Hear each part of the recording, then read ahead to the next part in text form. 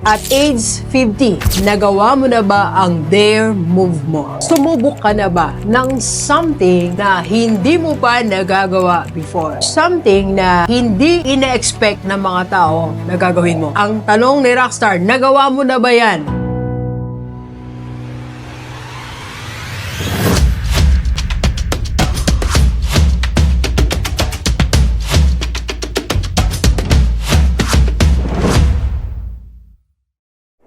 Baka kasi at age 50, puro safe moves lang ang ginagawa natin. Alam nyo, sa mga safe move na ginagawa natin, okay lang yan, walang panganib na mangyayari sa atin, di ba? Pero, walang magiging massive change sa buhay natin. Maybe, kaya hindi nababago yung finances natin. Maybe, kaya hindi pa natin natutupad ang pangarap natin. Or maybe, kaya hindi mo pa nagagawa ang tunay mong purpose sa buhay. Wala ka pang dare move. Dok, paano ba natin gagawin? First, eto, meron po akong mga example sa lahat ng mga 50 years old. Nag-withdraw ka na ba ng certain amount of money to finance your idea? Maybe at age 50 or maybe earlier in your life, 30s or in your 40s, meron ka naiisip na isang idea, pero wala kang pera. Question, meron kang pera sa bangko, winidraw mo na ba or nag-withdraw ka ba a certain portion para i-finance ang idea mo? Baka hindi pa. You can try, okay? Second, sumubok ka na ba ng business? Nakapag-start ka na ba ng kahit simpleng negosyo sa buhay mo at age 50? And third, iniwan mo na ba ang iyong community? Naranasan mo na ba lumayo o hindi tayo makalayo-layo? Kaya kahit libreng seminar ng kumpanya, hindi ka makaalis sa province mo. Hindi ka maalis dyan sa kwarto mo. Hindi ka makapagbiyahe ng 2 hours, 3 hours, ayaw na ayaw mo. Kaya, hindi tayo nagkakaroon ng bagong opportunity.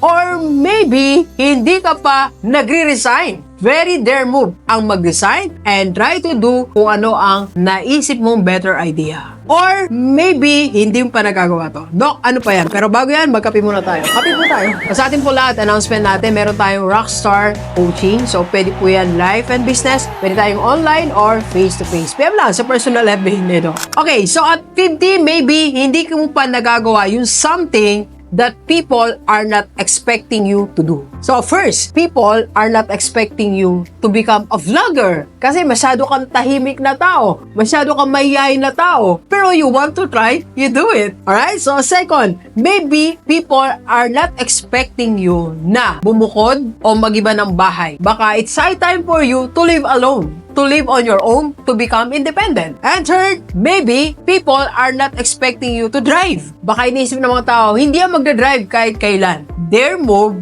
baka it's high time for you to try. Alam nyo, nung ako po ay first time mag-drive, talagang never naisip ng family ko. At ako mismo, never ko naisip na mag-drive ako. Sobrang ninenervous ako sa daan. Sobrang natatakot ako, di ko alam paano gagawin ko. Kung magle-left or right. Kaya nung nag-drive ako, sobrang nervous ng family ko. Every time na uwi ako, sabihin nila, ano, okay ka ba? Okay ka ba? So, it's a dare move na ginawa ko. People are not expecting. Pero, ginawa ko yon. And of course, baka people are not expecting you to go abroad. Hindi na na-expect na doon ka mag-work sa ibang bansa. But it's a dare move kung nakikita mo ang opportunity and there's a need for you to do it. So again, sa atin po lahat, Gilibers, ano yung dare move na hindi mo pa nagagawa at age 50? Hanggat maaga, gawin mo na. Subukan mo na. Alam mo, pag ginawa mo yung nakakatakot na move, the reward is very great. Let's go, let's go. Kape po tayo. Thank you for watching. We are inviting you to attend our free webinar on how to save and invest the right way para magkaroon ka na ng investment sa mutual fund and maki-start ka na ng Kaiser mo. Ang Kaiser 3-in-1 po yan. May healthcare, life protection, and investment. PM na sa personal FB ko. Let's go, let's go!